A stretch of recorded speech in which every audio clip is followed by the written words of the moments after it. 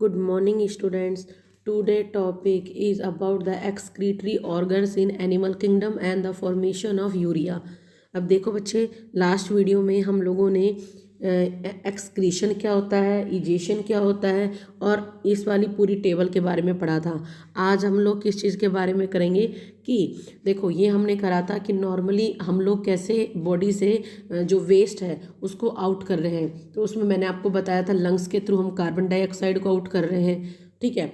Kidney के through हम लोग यूरिन को आउट कर रहे हैं और फीकल मैटर स्टूल पोटी को आउट कर रहे हैं, है ना। तो ये सारे वेस्ट की फॉर्म बताई थी। तो जिस तरीके से हमारे अंदर क्या चीज़ प्रेजेंट है, ऑर्गन प्रेजेंट है, कौन सा, किडनी, जिसके थ्रू हम वेस्ट को बाहर निकाल रहे हैं, उसी तरीके से बाकी एनिमल किंगडम के जो बाकी के फाइलम हैं, मतलब लोअर इन्वर्टिब्रेट्स हैं, उनमें भी तो सबके अंदर अपनी बॉडी से वेस्ट को निकालने का कोई ना कोई ऑर्गन प्रेजेंट होगा। तो ये पूरी टेबल को मैंने एक टेबलर फॉर्म में बनाया हुआ है, वहाँ से हम लोग करेंगे इसको, ठीक है। वहाँ से इसको हम लोग करेंगे पूरे को कि किस में किस तरीके से इसमें आउट हो रहा है, ठीक है, वेस्ट है जो। तो देखो, सबसे पहले है, ये टेबल अपनी अच्छे से बना लेना नोटबुक में। तो सबसे पहले आता है, सबसे लोअर किंगडम में कौन आता है आपका, पोरीफेरा आता है। क्या आता है, पोरीफेरा आता है। तो पोरीफेरा अपनी बॉडी से वेस्ट को कैसे बाहर कर रहा है, पोरीफेरा अपनी बॉडी से वेस्ट को कैसे बाहर निकल रहा है, जनरल बॉडी सरफेस से, मतलब अपनी बॉडी सरफेस से ही उसका वेस्ट है जो बाहर, क्योंकि जो पोरीफेरा है बहुत लोअर ऑर्गेनिज्म है बच्चे, है ना। ये टेबल याद कर लेना, पूरा पैराग्राफ हो जाएगा आपका। और इसमें ये जितनी भी चीज़ें हैं ना, ये जितने भी नाम ले रही हूँ, ये आपका चैप्टर है, 4th चैप्टर एनिमल किंगडम। तो उसमें ये सारे ऑर्गेनिज्म दिए हुए हैं कि कौन अपनी बॉडी से वेस्ट को किस तरीके से बाहर निकाल रहा है। उसको यहाँ पर एक्सक्रीटरी वाले चैप्टर में एक टेबलर फॉर्म में मैंने आपको बता दिया, क्योंकि एनसीईआरटी ने बताया हुआ है कि किस कौन कौन कैसे वेस्ट को बाहर निकाल रहा है, ठीक है। तो देखो, अब ये होते क्या है, ये सारी चीज़ें तो हम एनिमल किंगडम पढ़ेंगे कि पोरीफेरा कौन है, निडेरियन कौन है। यहाँ आपको नॉर्मल बस ये पता होना चाहिए कि ये अपने वेस्ट को कैसे आउट कर रहे हैं। तो सबसे पहले हो गया पोरीफेरा। पोरीफेरा अपने वेस्ट को कैसे बाहर निकाल रहा होता है, जनरल बॉडी सरफेस से। इसके बाद कौन आ रहा होता है, निडेरियंस आ रहे होते हैं। निडेरियंस भी अपनी बॉडी सरफेस से ही बाहर निकाल रहे होते हैं वेस्ट को, ठीक है। इसके बाद कौन आता है, टीनोफोरा। ये स्टीनोफेरा नहीं बोला जाएगा, यहाँ पे सी साइलेंट होता है। तो टीनोफोरा, तो ये तीनों याद रखना, पोरीफेरा, निडेरियंस और स्टीनोफोरा, ठीक है। ये टीनोफोरा, ये तीनों के तीनों अपनी बॉडी से वेस्ट को, है ना, अपनी बॉडी का वेस्ट है जो, वो कैसे बाहर निकाल रहे होते हैं, अपना जनरल बॉडी सरफेस के थ्रू निकाल रहे होते हैं। इतनी बात याद रहेगी, ठीक है। पोरीफेरा, निडेरियंस और टीनोफेरा, तीनों जनरल बॉडी सरफेस से निकालते हैं। अब आता है 4th प्लेटीहेल्मिन्थस। तो प्लेटीहेल्मिन्थस में क्या होता है, प्लेटीहेल्मिन्थस में क्या होता है, फ्लेम सेल्स होती हैं, जहाँ से ये अपने वेस्ट को बाहर निकाल रहे होते हैं। कौन सी होती है, फ्लेम सेल्स होती हैं, ठीक है। इन्हीं फ्लेम सेल्स का, यहीं के लिख लो, ये बहुत इंपॉर्टेंट है। प्लेटीहेल्मिन्थस है जो वेस्ट को अपनी बॉडी से कैसे निकाल रहे हैं, फ्लेम सेल से। इन्हीं फ्लेम सेल्स को हम लोग क्या बोलते हैं, यहाँ डैश करके लिख लो, इन्हीं फ्लेम सेल को हम लोग क्या बोलते हैं, सोलेनोसाइट्स भी बोलते हैं। क्या बोलते हैं इन्हीं को, सोलेनोसाइट्स भी बोलते हैं, ठीक है। क्या बोलते हैं इनको, सोलेनोसाइट्स भी बोलते हैं। और इन्हीं को हम लोग क्या बोलते हैं, वो भी लिख लो, इन्हीं को हम लोग क्या बोलते हैं, प्रोटोनेफ्रिडिया। प्रोटोनेफ्रिडिया लिख लो, ठीक है। तो प्लेटीहेल्मिन्थस है जो, इनका वेस्ट कैसे बाहर निकल रहा होता है, फ्लेम सेल से। कई बार फ्लेम सेल्स ना लिखा हो करके वहाँ पर सोलेनोसाइट लिखा होता है, कई बार ये भी नहीं लिखा होता है, तो प्रोटोनेफ्रिडिया होता है। तो समझ जाना, ये इनका वेस्ट निकालने वाली साइट है सारी, ठीक है। तो प्लेटीहेल्मिन्थस अपनी फ्लेम सेल से, या उसको सोलेनोसाइट या इसी को प्रोटोनेफ्रिडिया बोलते हैं, ठीक है, यहाँ से अपने वेस्ट को बाहर निकाल रहे होते हैं। मतलब यहीं से वो लोग क्या कर रहे होते हैं, ऑस्मो रेगुलेशन कर रहे होते हैं, ठीक है। ओस्मो रेगुलेशन का मतलब क्या होता है, सॉल्ट और वाटर के लेवल को मेंटेन करना क्या कहलाता है, ओस्मो रेगुलेशन कहलाता है, ठीक है। आयंस के लेवल को रेगुलेट करना क्या कहलाता है, ओस्मो रेगुलेशन। तो इन तीनों में क्या है, जनरल बॉडी सरफेस के थ्रू वेस्ट बाहर आ रहा है। प्लेटीहेल्मिन्थस में जनरल क्या है, फ्लेम सेल है, उसके थ्रू बॉडी सरफेस से एक फ्लेम सेल के थ्रू ये अपने वेस्ट को आउट कर रहे हैं। कैसे कर रहे हैं, ओस्मो रेगुलेशन करके, ठीक है। ओस्मो रेगुलेशन का मतलब क्या होता है, पानी और वाटर मतलब इलेक्ट्रोलाइट्स के लेवल को मेंटेन करना। इसके बाद नेक्स्ट कौन से आते हैं आपके एस्केलमिंथस। नेक्स्ट कौन सा आते हैं आपके एस्केलमिंथस। इनके अंदर क्या होता है, जिससे वेस्ट को बाहर निकालते हैं। तो एस्केलमिंथस के अंदर भी लिख लो यहाँ पर एक स्पेशल टाइप ऑफ सेल होती है। ये सबके मेन पॉइंट लिखे हुए हैं। स्पेशल टाइप ऑफ सेल होती है जिसको हम लोग क्या बोलते हैं, स्पेशल टाइप ऑफ सेल होती है जिसको हम लोग क्या बोलते हैं, रेननेट सेल। इनके थ्रू ये अपने वेस्ट को बाहर निकालते हैं। जैसे मैंने अभी आपसे पूछ लिया प्लेटीहेल्मिन्थस में भाई ये अपनी बॉडी से वेस्ट को कैसे आउट कर रहे होते हैं, तो आप बोलेंगे मैडम फ्लेम सेल से। ठीक है, मैंने पूछा एस्केलमिन्थस में, तो आप बोलोगे रेननेट सेल से। ठीक है, एनीलिडा अपने वेस्ट को कहाँ से निकाल रहे होते हैं, नेफ्रिडिया। इनका एक्सक्रीटरी ऑर्गन क्या होता है, नेफ्रिडिया। यहाँ से ऑस्मोरेगुलेशन अभी अभी मैंने बताया। ठीक है, देखो किसी किसी में लिखा है ऑस्मो रेगुलेशन, मतलब ये अपनी बॉडी में सॉल्ट और आयन के लेवल, मतलब सॉल्ट आयन वाटर के लेवल को मेंटेन करना। सबका देखो अलग अलग है, सबका एक जैसा नहीं है। हमारे अंदर किडनी है तो लोअर ऑर्गेनिज्म में अलग अलग है। जैसे प्लेटीहेल्मिन्थस में क्या था, फ्लेम सेल है। एस्केलमिन्थस में क्या है, रेनेट सेल है। एनीलिडा के अंदर क्या है, नेफ्रिडिया है। देन आते हैं आपके कौन, आर्थ्रोपोडा। आर्थ्रोपोडा क्या है, जिसके अंदर आपके पूरे एनिमल्स वगैरह, वो इंसेक्ट वगैरह आते हैं। ठीक है, ये चीज़ याद रखना। तो आर्थ्रोपोडा में कई चीज़ें हैं। तो सबसे पहला क्या है आर्थ्रोपोडा में, क्रस्टेशियन। ठीक है, आर्थ्रोपोडा में क्या आते हैं, क्रस्टेशियन। क्रस्टेशियन क्या होते हैं, पहले तो यहीं रख लो, पहले बाकियों को रब करो। ये अच्छे से टेबल को लर्न कर लेना। देखो करते करते याद होगी ना। पोरीफेरा, निडेरियन और टीनोफोरा में इनका वेस्ट ऑर्गन कहाँ से होता है, जनरल बॉडी सरफेस से निकालते हैं। प्लेटीहेल्मिन्थस में फ्लेम सेल, एस्केलमिन्थस में रेनेट सेल, एनीलिडा के अंदर नेफ्रिडिया। ये इनके एक्सक्रीटरी ऑर्गन है, ये सब ये एक्सक्रीटरी ऑर्गन है। अब आता है आपका आर्थ्रोपोडा, इसमें 3 है दिए हुए हैं। तो पहला है क्रस्टेशियन। आर्थ्रोपोडा में कौन कौन आते हैं, पहले कौन से आते हैं आपके, क्रस्टेशियन। क्रस्टेशियन कौन से होते हैं, जो पानी में रहते हैं। ठीक है, ये बात याद रखना, मतलब क्रस्टेशियन में एक कैटेगरी में वो आते हैं जो पानी में रहते हैं। ठीक है, कौन है, जो पानी के अंदर रहते हैं। ध्यान से सुनना, इसमें क्रस्टेशियन में कौन आ गए, पानी में रहते हैं। अब पानी में रहते हैं तो इसका मतलब इनके पास क्या होगी, एंटीना होंगे इनके पास। ठीक है, तो इनके पास क्या होती है, एंटीनल ग्लैंड होती है। ठीक है, उसके थ्रू ये बाहर निकाल रहे होते हैं, एंटीनल ग्लैंड। और एंटीनल ग्लैंड का ही दूसरा नाम क्या होता है, ग्रीन ग्लैंड भी होती है। ठीक है, और इसके नाम लिख लो।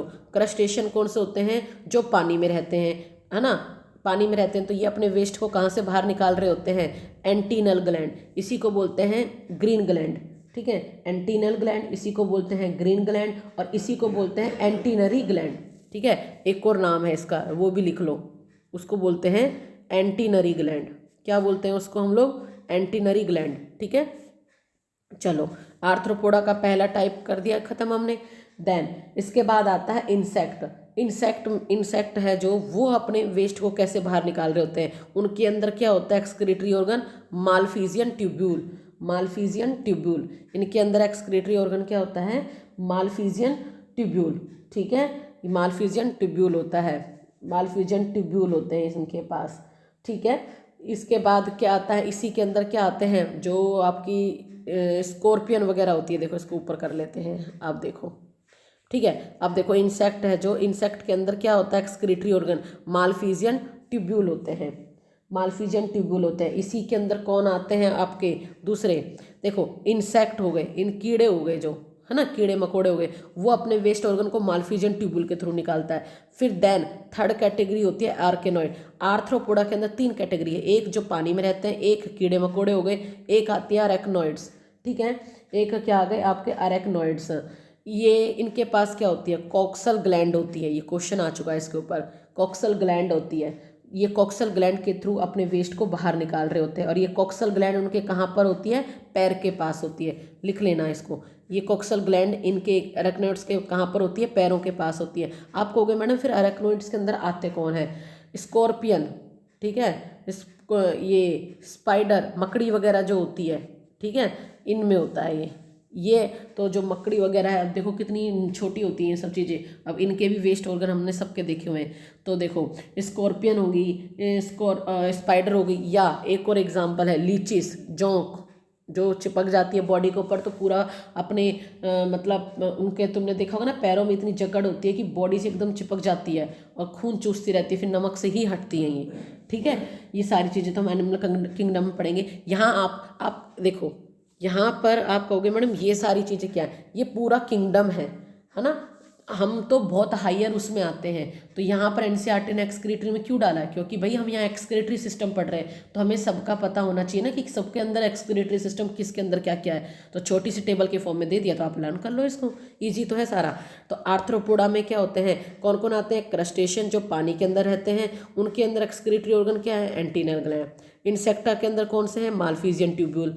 अरेक्नोइड्स में कौन आते हैं, अरेक्नोइड्स जैसे स्पाइड लीचिस हो गई, जोंक बोलते हैं जिसको, ठीक है, और मकड़ी वगैरह हो गई, इनके अंदर एक्सक्रीटरी ऑर्गन क्या होता है, कॉक्सल ग्लैंड होती है, ठीक है। ये चीज़ याद रखना, कौन सी ग्लैंड होती है, कॉक्सल ग्लैंड होती है, ठीक, कॉक्सल ग्लैंड होती है ये, ठीक है।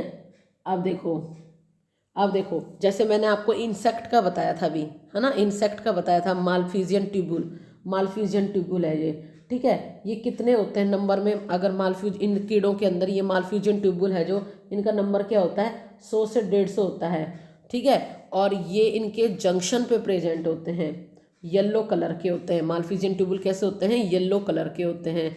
नंबर कितना होता है, 100 से 150। और कहाँ पे प्रेजेंट होता है, जंक्शन, जंक्शन मतलब एक सेल ये है, एक सेल ये है, यहाँ पर ये होता है इनका जंक्शन पॉइंट, ठीक है। तो ये चीज़ याद रखना, सबका एक्सक्रीटरी, ये ध्यान रखना कहाँ कहाँ से एक्सक्रीशन हो रहा है। देन आता है आपका मोलियस्का, मोलियस्का क्या आता है आपका, मोलियस्का आता है, ठीक है। मोलियस्का इनका क्या होता है, जहाँ से ये लोग बाहर निकाल रहे होते हैं वेस्ट को, तो इनके पास होता है ऑर्गन ऑफ बोजेनिस, ठीक है। यहाँ लिख देती हूँ मैं, यहाँ पर इनका क्या होता है, लिख लो, ऑर्गन ऑफ, ये कहाँ से निकाल रहे होते हैं अपने वेस्ट को, तो ऑर्गन ऑफ बोजेनिस, ठीक है। इसकी स्पेलिंग यहाँ देख लो, ऑर्गन ऑफ, ऑर्गन ऑफ जे है ये, ऑर्गन ऑफ बोजेनिस, ठीक है। और इसी को हम लोग क्या बोलते हैं, और इसी को देखो यहाँ पर, एक मिनट रुको, मोलियस्का है जो, इसका एक्सक्रीटरी ऑर्गन क्या होता है, ऑर्गन ऑफ बोजेनिस, है ना। और कौन सा होता है इसके पास, कीबर्स ऑर्गन, कीबर्स ऑर्गन, ठीक है। ये इनके पास फीदर होते हैं, फीदर पंख होते हैं, लाइक गिल्स, गिल्स जैसे फिशेस के अंदर होता है, ठीक है। ऑर्गन्स फीदर्स लाइक गिल्स होते हैं, और उनको हम लोग क्या बोलते हैं, टिनिडियाज, टिनिडियाज। तो मोलियस्का के अंदर अगर आपसे पूछा जाए मोलियस्का के अंदर एक्सक्रीटरी ऑर्गन का नाम बताओ, तो मोलियस्का के अंदर एक्सक्रीटरी ऑर्गन का नाम क्या है, ऑर्गन ऑफ, मैंने अभी लिखा था आपके पास, ऑर्गन ऑफ बोजेनिस, इसी को हम लोग क्या बोलते हैं, कीबर ऑर्गन बोलते हैं, फीदर लाइक टिनिडिया होते हैं। फिर आता है आपका इकाइनोडर्मेटा, ये पूरा नाम क्या है इसका, इकाइनोडर्मेटा। इकाइनोडर्मेटा के अंदर कौन सा होता है, एक्सक्रीटरी ऑर्गन, इसके पास कोई एक्सक्रीटरी ऑर्गन नहीं होता। तो यही क्वेश्चन बन जाता है, पूरे किंगडम में किसके पास एक्सक्रीटरी ऑर्गन नहीं है, तो इकाइनोडर्मेटा के पास, ठीक है। एक्सक्रीटरी ऑर्गन इसके पास नहीं होता है, यहाँ पर अपसेंट होता है। फिर कौन आता है आपका, हेमिकोडेटा, है ना, हेमिकोडेटा, इनके पास एक्सक्रीटरी ऑर्गन क्या होता है, प्रोबेसिस ग्लैंड होती है। हेमिकोडेटा के पास एक्सक्रीटरी ऑर्गन क्या होता है, प्रोबेसिस ग्लैंड, जहाँ से ये अपने वेस्ट को बाहर निकाल रहे होते हैं, ठीक है, जहाँ से क्या कर रहे होते हैं, अपने वेस्ट को ये लोग बाहर निकाल रहे होते हैं, हेमिकोडेटा हो गया। देन आता है कोडेटा, और हम किसकी कैटेगरी में आते हैं, यहीं आते हैं हम लोग, ठीक है। तो कोडेटा, कोडेटा के अंदर एक्सक्रीटरी ऑर्गन क्या है, किडनी है, क्या है, किडनी है, ठीक है। कोडेटा में क्या है, किडनी है। अब कोडेटा के अंदर 3 चीज़ आती है ना। तो एक मिनट रुको, ये देखो यहाँ पे, ये देखो यहाँ लिखा हुआ भी है वैसे, ठीक है, यहीं पे बता देती हूँ मैं आपको, रुको, ठीक है। अब देखो कोडेटा, कोडेटा के अंदर ही देखो क्या आता है, कोडेटा के अंदर ही बता रही हूँ, पहला इसके अंदर आता है यूरोकोडेट्स। ये टेबल बना लेना बच्चे, मैंने बहुत अच्छे से टेबल बनाई है, यूरोकोडेट्स। यूरोकोडेट्स के अंदर क्या होता है, जहाँ से वेस्ट को बाहर निकालते हैं, न्यूरल ग्लैंड होती है, ठीक है। इसके बाद इसी के अंदर एक और आता है सिफेलोकोडेट्स, लिख लो, सिफेलोकोडेट्स, है ना। इनके अंदर क्या आते हैं, सिफेलोकोडेट्स में, जहाँ से वेस्ट को बाहर निकाल रहे होते हैं, सोलेनोसाइट्स होते हैं, प्रोटोनेफ्रिडिया होता है, ठीक है। और कोडेट्स मतलब, ठीक है, इतनी चीज़ याद रखना, यहाँ पर यह हो गया, ठीक। तो कोडेट्स के अंदर क्या होती है, किडनी होती है ना, वेस्ट को बाहर निकालने के लिए क्या होती है, किडनी होती है इसमें, वेस्ट को बाहर निकालने के लिए। अब देखो ये पूरा किंगडम आपको मैंने बता दिया, पूरा किंगडम बता दिया कि किसके अंदर कौन सा एक्सक्रीटरी ऑर्गन है वेस्ट को बाहर निकालने के लिए। पहली बात मैंने क्या बताया, किसके अंदर कौन सा वेस्ट एक्सक्रीटरी ऑर्गन है जहाँ से वेस्ट को बाहर निकाला जा रहा है। क्लियर है सबका। अब जो किडनी है, अब जरा ध्यान से सुनना, अब हम आगे किडनी के बारे में पढ़ेंगे। किडनी है जो वो दो तरीके की होती है, एक होती है मीजोनेफ्रिक किडनी, एक होती है मेटानेफ्रिक किडनी। क्या बोला मैंने, किडनी दो तरीके की होती है, एक होती है मीजोनेफ्रिक किडनी और एक कौन सी होती है, मेटानेफ्रिक किडनी होती है। ठीक है, तो सबसे पहले मीजोनेफ्रिक किडनी कौन सी होती है, ये वो किडनी होती है जो, लिख लेना डेफिनेशन, ये वो किडनी होती है जो विदाउट लूप ऑफ हेनले होती है। विदाउट लूप ऑफ हेनले मतलब यहाँ पर लूप ऑफ हेनले अपसेंट होता है। अब आप कहोगे मैडम लूप ऑफ हेनले क्या होता है, ये तो आपको जब किडनी का स्ट्रक्चर बताऊंगी तभी पता चलेगा। यहाँ सिर्फ इतनी बात को आप लोग याद रखना।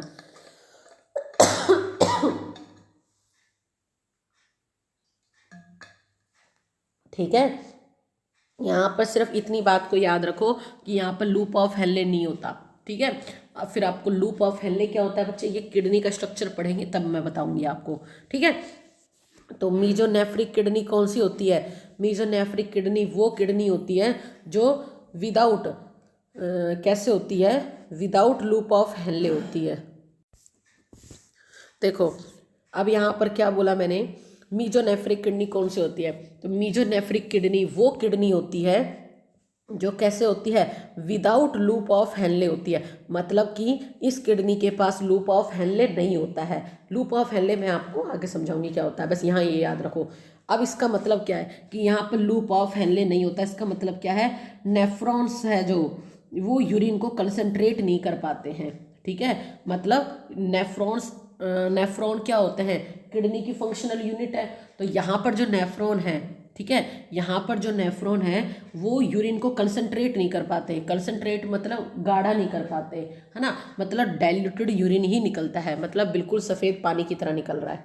ठीक है, उसको बोलते हैं मीजोनेफ्रिक किडनी। तो मीजोनेफ्रिक किडनी वो किडनी होती है जो विदाउट लूप ऑफ हेनले होती है। मतलब यहाँ पर नेफ्रॉन है जो, है ना, नेफ्रॉन्स होते हैं जो, यहाँ पर क्या होता है, नेफ्रॉन यूरिन को कंसंट्रेट नहीं कर पाते, मतलब गाढ़ा नहीं कर पाते, डाइल्यूटेड आता है, मतलब फुल पानी की तरह आता है। ठीक है, इसके बाद अब आती है दूसरी मेटानेफ्रिक किडनी। मेटानेफ्रिक किडनी वो किडनी होती है जिसमें लूप ऑफ हेनले होता है। ठीक है, इसका मतलब कंसंट्रेशन ऑफ, इसका जस्ट अपोजिट होगा, वहाँ कंसंट्रेशन ऑफ यूरिन नहीं हो पा रहा था तो यहाँ पर कंसंट्रेशन ऑफ यूरिन हो जाएगा। ठीक है, यहाँ पर कंसंट्रेशन ऑफ यूरिन हो जाएगा, पॉसिबल है। तो ज़्यादा एडवांस कौन सी है, ये वाली। तो अब आप बताओ हमारे अंदर कौन सी है, हमारे अंदर ये है मेटानेफ्रिक। तो हमारी किडनी कैसी है, पहला पॉइंट यहीं से, हमारी किडनी कैसी है, मेटानेफ्रिक है। हमारी किडनी कैसी है, मेटानेफ्रिक है। अब देखो एनिमल किंगडम है, उसको लर्न करने की एक ट्रिक बताई थी मैंने, वैसे अभी देखो समझो ट्रिक क्या है लर्न करने की। ये तो मैंने सारे किंगडम आपको बता दिए, सारे बता दिए, लास्ट के बच गए हैं, उसको लर्न करो किस ट्रिक से, परम, है ना, परम। तो देखो P4 क्या हो गया, पाइसिस। पाइसिस मतलब क्या होती हैं आपकी, फिश होती हैं। A4 क्या होता है, एम्फीबियन। एम्फीबियन में कौन आते हैं, मेंढक, जो जमीन में भी रहे और पानी में भी रहे। R मतलब रेप्टाइल। रेप्टाइल कौन होते हैं, जो रैंक कर चलते हैं, जैसे सांप वगैरह। ए मतलब एविस। एविस का मतलब क्या होता है, बर्ड्स। ठीक है, और M का मतलब क्या होता है, मैमल्स। मैमल्स स्तनधारी जो हम लोग हैं। ठीक है, ये बात याद रखना। तो इसको एक सीक्वेंस में लर्न करने के लिए ट्रिक है, और ट्रिक का नाम क्या है, परम। क्या है, परम। ठीक है, तो देखो ये शुरुआत के जो दो हैं P और A, है ना, P और A, शुरुआत के जो दो हैं उनके अंदर कौन सी किडनी होगी फिर, मीजोनेफ्रिक। कौन सी होगी, मीजोनेफ्रिक, क्योंकि आगे देखो एक एक सीक्वेंस वाइज एडवांसमेंट होता हुआ जाता है। ठीक है, तो ये शुरुआत के जो दो हैं इनके अंदर कौन सी किडनी आ जाती है, मीजोनेफ्रिक। और हम लोग इधर आते हैं ना, इनमें कौन सी किडनी आती है, री में राम। राम के अंदर कौन सी किडनी है, मेटानेफ्रिक। कौन सी है, मेटानेफ्रिक। अब आप कहोगे मैडम आपने पहले वाले किंगडम में क्यों नहीं बताया, क्योंकि उनके पास किडनी, किसी भी तरीके की किडनी नहीं थी, उन सबके पास जो उनका ऑर्गन था वो सबका अलग अलग था। सबका अलग अलग बताया ना मैंने, कौन, किसी का जनरल बॉडी सरफेस, किसी के फ्लैम सेल, है ना, किसी के पास क्या था, प्रोबेसिस ग्लैंड, सबका अलग अलग था। तो ये लास्ट में आते हैं आपके परम। ये लर्न करने की ट्रिक है जैसे ये मैंने आगे का किंगडम बताया ना आपको, है ना, जैसे ये मैंने सारे बताए, तो इनको भी आप लर्न कर लो, आप कोई भी ट्रिक बना लो इनको सीक्वेंस को लर्न करने के लिए, P C C P A ए, इस तरीके से कोई भी सीक्वेंस बना लो। मैंने तो लास्ट का बताया आपको सीक्वेंस लर्न करने का, तो समझ में आया। मीजोनेफ्रिक किडनी क्या होती है, मेटानेफ्रिक किडनी क्या होती है, ये सारी चीज़ बता दी है। ठीक है, अब ये हो गया। अब देखो, अब आता है आपका नेक्स्ट टॉपिक कि यूरिया कैसे बनता है ना। देखो हमने बोला कि हम लोग, अब देखो पूरी टेबल हो गई क्लियर, अभी मैं वो दिखाऊंगी, पहले ये समझा दूँ एक बार मैं आगे, फिर उस टेबल को भी देख लेंगे। अब मैंने आपको क्या बताया, जितने भी एक्सक्रीटरी ऑर्गन हैं एनिमल किंगडम में, सब के अंदर कैसे कैसे होता था वो सारी चीज़ बता दी। अब हम लोग क्या करेंगे, फॉर्मेशन ऑफ यूरिया। भाई हम लोग कहते हैं कि हमारी किडनी क्या काम कर रही है, नाइट्रोजिनस वेस्ट को बाहर निकाल रही है ना। और नाइट्रोजिनस वेस्ट हमारे अंदर कौन सा है बच्चे, यूरिया है। हम लोग बोलते हैं हमारे अंदर नाइट्रोजिनस वेस्ट क्या है, यूरिया। तो भाई सीधी सी बात है, ये यूरिया बन कहाँ रहा है, फॉर्मेशन भी तो हो रही है। भाई हम यूरिया को बाहर निकाल रहे हैं, तो यूरिया को अगर हम बाहर निकाल रहे हैं, इसका मतलब ये यूरिया हमारी बॉडी में बना है, तभी तो हम बाहर निकाल रहे हैं। तो वही चीज़ है कि फॉर्मेशन ऑफ यूरिया, कि ये बनता कहाँ पर है। इतनी बात क्लियर हुई कि ये यूरिया बन कहाँ रहा है, सबसे पहली बात तो देखो। ठीक है, यहाँ हम पढ़ेंगे कि जो यूरिया है, ठीक है, ये बनता कैसे है। यहाँ हम क्या पढ़ेंगे कि यूरिया है जो, वो उसकी फॉर्मेशन कैसे हो रही है, फॉर्मेशन कैसे हो रही है, बन कैसे रहा है, और फिर ये यूरिया ट्रैवल भी कैसे कर रहा है, ये सारी चीज़ें। तो अब देखिए यहाँ पर सबसे पहले ये आपका एक ऑर्गन है, ऑर्गन ये बनता कहाँ पर है, ये बात याद रखना, फॉर्मेशन ऑफ यूरिया। तो देखो फॉर्मेशन ऑफ यूरिया में बन कहाँ पर रहा है, लीवर के अंदर बनता है। कहाँ बनता है ये, लीवर। ये क्या स्ट्रक्चर दिया हुआ है आपको, लीवर का दिया हुआ है। ठीक है, कहाँ बन रहा है, लीवर में। लीवर के पास दो लोब होते हैं, है ना, लीवर के पास क्या है, दो लोब होते हैं। तो अब देखो यहाँ पर देखो, लीवर है, लीवर की सेल्स को हम लोग क्या बोलते हैं, यहीं पर देखो, लीवर की सेल्स को हम लोग क्या बोलते हैं, हिपैटिक सेल बोलते हैं। ठीक है, लीवर की सेल्स को हम लोग क्या बोलते हैं, हिपैटिक सेल्स बोलते हैं। ठीक, अब देखो यहाँ पर देखो, लीवर, देखो क्या बोला मैंने कि ये क्या है आपका लीवर। लीवर के पास देखो क्या है, लीवर के पास दो लोब होते हैं, और लीवर की सेल कौन सी होती है आपकी, हिपैटिक सेल्स होती हैं। ठीक है, लीवर के पास कौन सी सेल है, हिपैटिक सेल।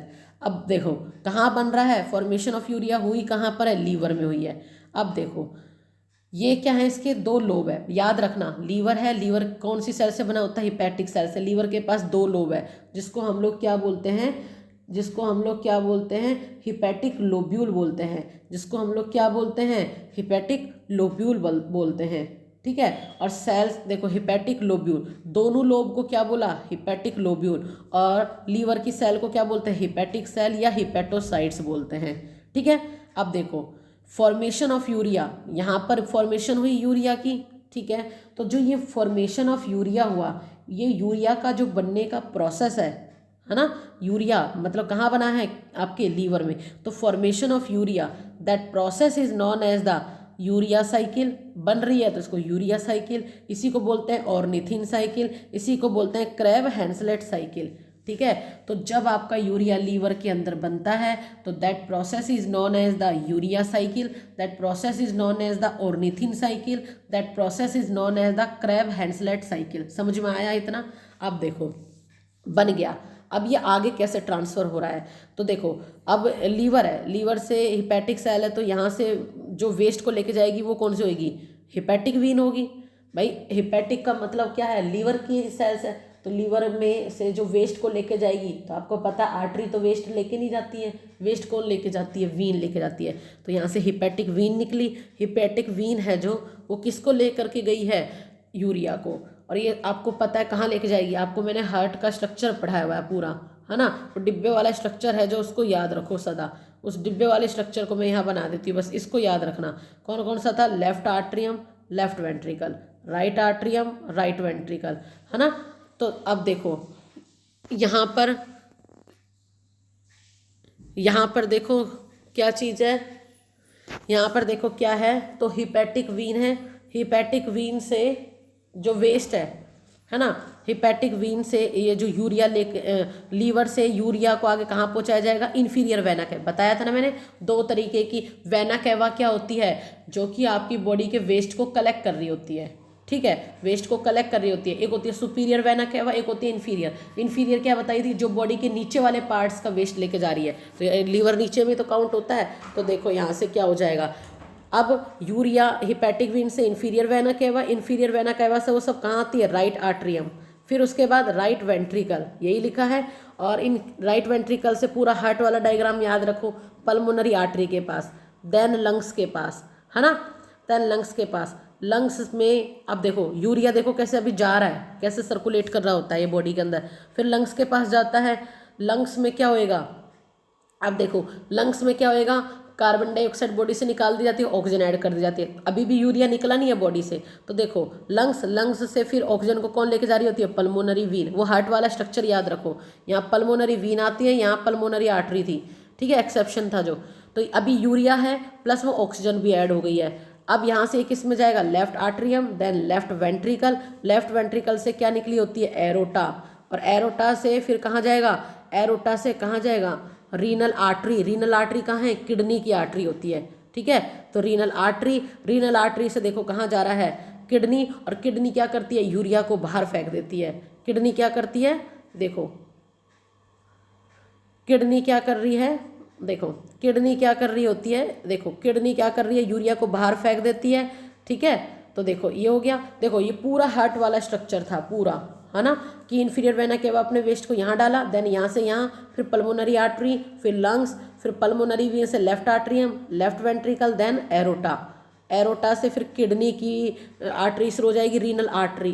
तो किडनी क्या काम करती है, इस यूरिया को बाहर निकाल देती है। किस फॉर्म में बाहर निकालती है, यूरिन की फॉर्म में बाहर कर देती है, ठीक है, यूरिया को। इसके बाद नीचे क्या दिया हुआ है, रीनल वीन। तो अब जो रीनल वीन में ब्लड होगा उसमें यूरिया नहीं होगा। तो इस तरीके से फॉर्मेशन ऑफ यूरिया हो रही है। तो बना कहाँ था, जरा ध्यान से देखो, बना कहाँ था यूरिया, आपके लीवर के अंदर, है ना।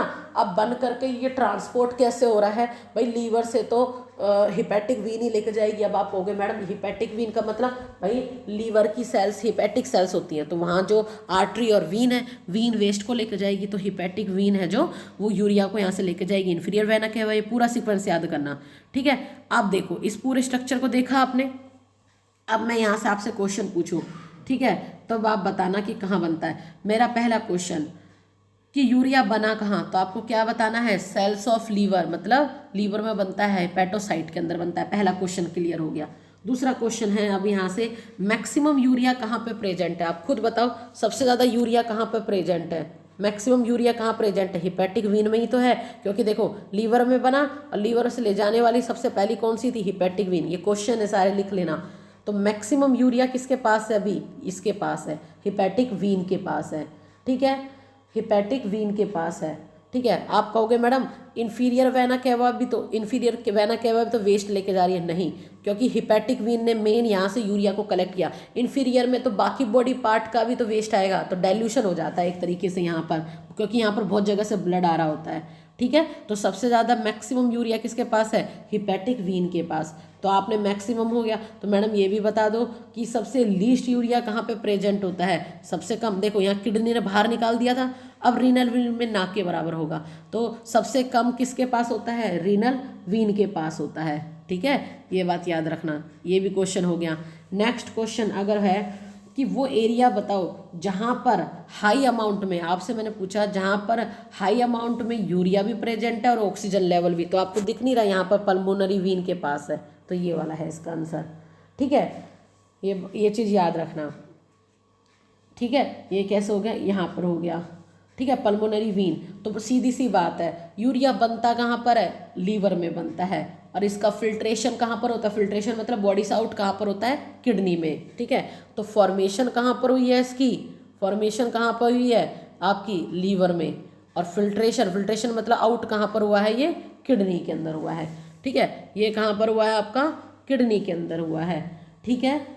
तो इस तरीके से पूरी यूरिया साइकिल की हमारी बॉडी में यूरिया है, क्योंकि आगे मैं किडनी में बताऊंगी, क्योंकि मैंने आपको पहले लेक्चर में ही बताया कि हमारी बॉडी से वेस्ट दो फॉर्म में बाहर हो रहा है, तो ये यूरिया आया कहाँ से, क्वेश्चन तो यही था, ठीक है। ये चीज़ याद रखना, ठीक। और फिर एक क्वेश्चन, ये तो यूरिया की बात कर दी। अब वेस्ट में मैंने आपको बताया था अमोनिया, ये सबसे ज़्यादा टॉक्सिक होता है। तो भैया अमोनिया कहाँ बनता कैसे है? तो देखो अमोनिया, ये जो वेस्ट है अमोनिया, ये बॉडी में बनता कैसे है? देखो बॉडी में क्या होता है, आपका जेनेटिक मटेरियल होता है। जेनेटिक मटेरियल क्या होता है? आपका डीएनए, ठीक है, और प्रोटीन्स वगैरह होते हैं, ठीक है, प्रोटीन्स वगैरह होते हैं। तो क्या होता है, देखो बनता कैसे? बॉडी में क्या क्या चीज़ है? देखो जेनेटिक मटेरियल है। जेनेटिक मटेरियल क्या आपका? डीएनए है, और प्रोटीन्स वगैरह प्रेजेंट होते हैं। तो अमोनिया किस प्रोसेस से बनता है? बस आप लोगों को यहाँ पर ये याद रखना है। तो याद रखना, डीएमिनेशन, डीएमिनेशन के प्रोसेस से आपकी क्या बन रहा होता है? अमोनिया बनता है। अब आप कहोगे मैडम डीएमिनेशन का मतलब कि देखो ये प्रोटीन है, जो प्रोटीन किससे बनती है? अमीनो एसिड से। तो रिमूवल ऑफ अमीनो ग्रुप, जब अमीनो ग्रुप का रिमूवल होता है उसके वजह से क्या बन रहा होता है? अमोनिया बन रहा होता है। तो यहीं पर अब एक क्वेश्चन देखो, देखो जो लोग ज़्यादा प्रोटीन खाते हैं, एक बात बताओ, मैंने क्या बताया कि ये बनता कैसे है? मैंने क्या बताया? अमोनिया बनता कैसे है? डीएमिनेशन प्रोसेस से, मतलब रिमूवल ऑफ अमीनो ग्रुप। इसका मतलब जो लोग ज़्यादा प्रोटीन खाएंगे उनके अंदर, उनके यूरिन में ज़्यादा यूरिया मिलेगा, क्योंकि ज़्यादा यूरिया का रिमूवल हो रहा है ना। तो ज़्यादा प्रोटीन खाना मतलब ज़्यादा मेटाबॉलिज्म होगा, टॉक्सिसिटी ज़्यादा होगी। तो इसके लिए हटाने के लिए हमारी किडनी को ज़्यादा काम करना पड़ेगा, इसीलिए उनकी डाइट में पानी को भी शामिल किया जाता है, ठीक है। और ठीक है, ये चीज़ याद रखना। अब एक बात याद रखना, एक यहाँ पर पॉइंट और लिखवा देती हूँ मैं, लिख लो इस चीज़ को। यूरिया सिंथेसिस जब होता है, यूरिया सिंथेसिस का मतलब ये जो यूरिया लीवर के अंदर बन रहा था, तब पता है हमारी बॉडी ने 3 एटीपी को खर्च किया होता है।